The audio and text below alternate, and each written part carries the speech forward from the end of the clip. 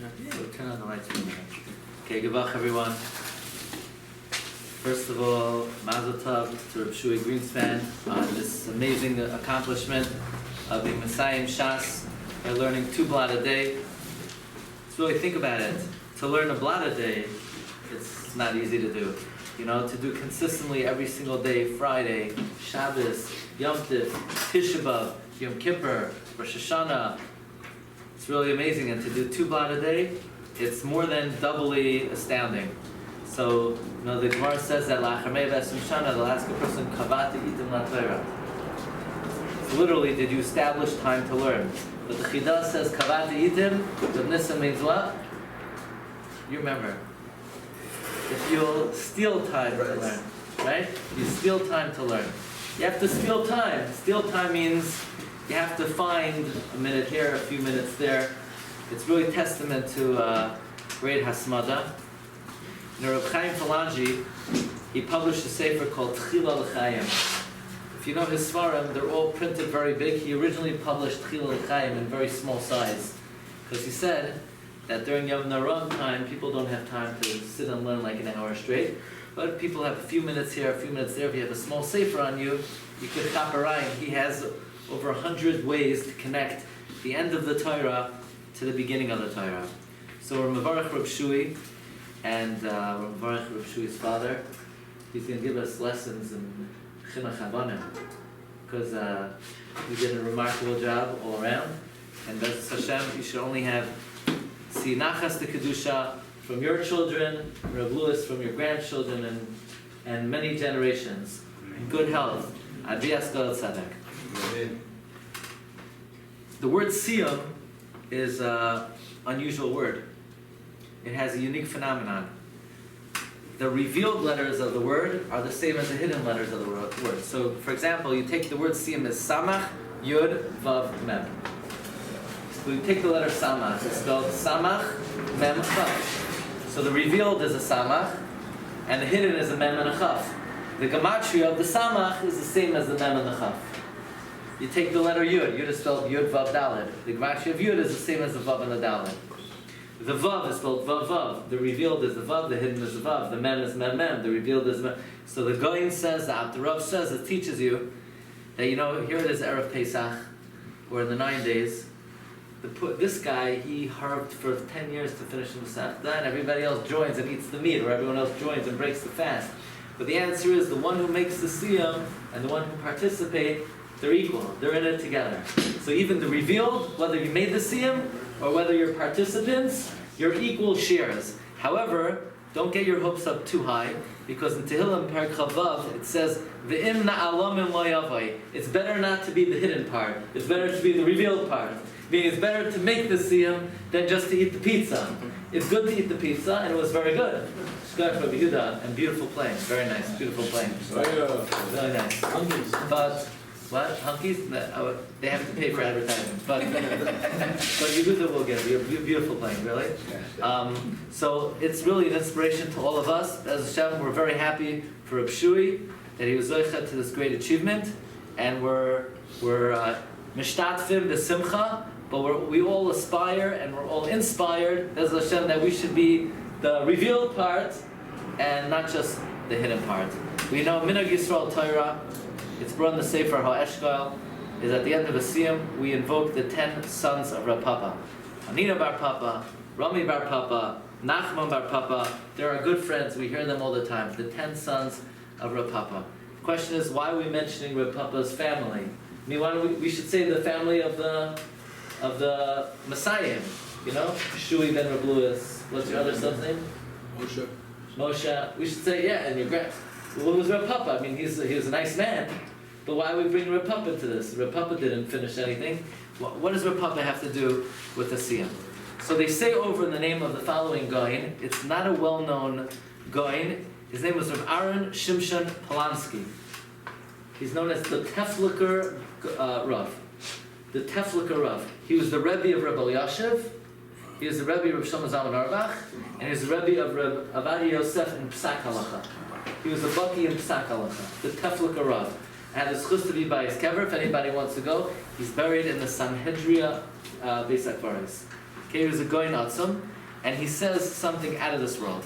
Why do we mention Rav Papa? And this is going to be a chazor of Shas. Okay, 10 times in Shas there's a machlokes, and we don't have a. You know this? 10 times. Let's see if you know.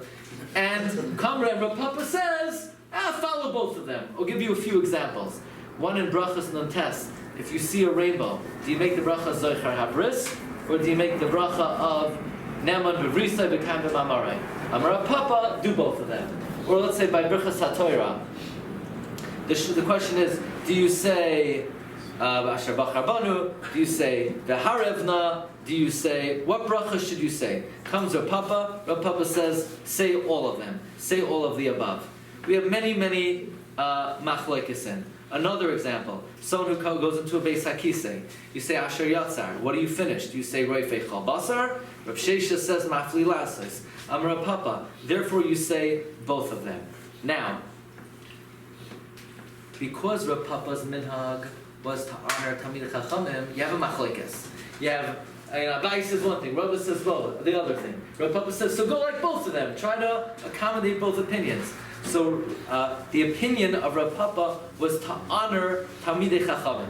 Now the Gemara says in Shabbos, Man derachim Rabbanan, having lei banin Rabbanan. If you love Talmidei Chachamim, you'll have children who are Talmidei Chachamim.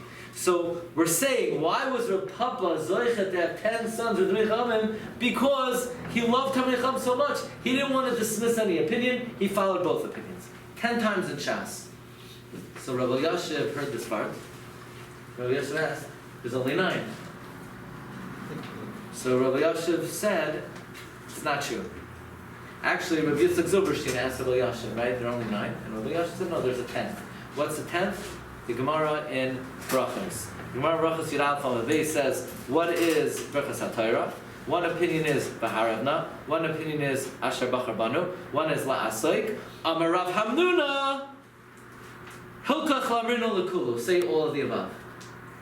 Comes Rabbi Kiva Eger and the Goyen HaShas, and he says, change the girsa from Rav Hamnuna to Rav Papa. So really, they're 10. So even though if you just learn the Shas Kiragil, you'll see there are 9, because one of them is Rav Hamnuna. Rabbi Kiva Eger changes the girsa to Rav Papa. So we have 10.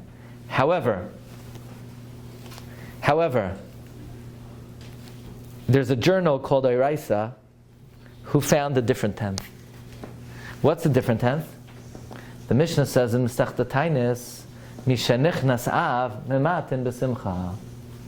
Comes the Gemara, Amar Rav Yehuda, Keshem shemishenichnas av mematin b'simcha, kach mishenichnas adar marben b'simcha. So the Mishnah says in Av you're sad. The Gemara says in Adar you're happy.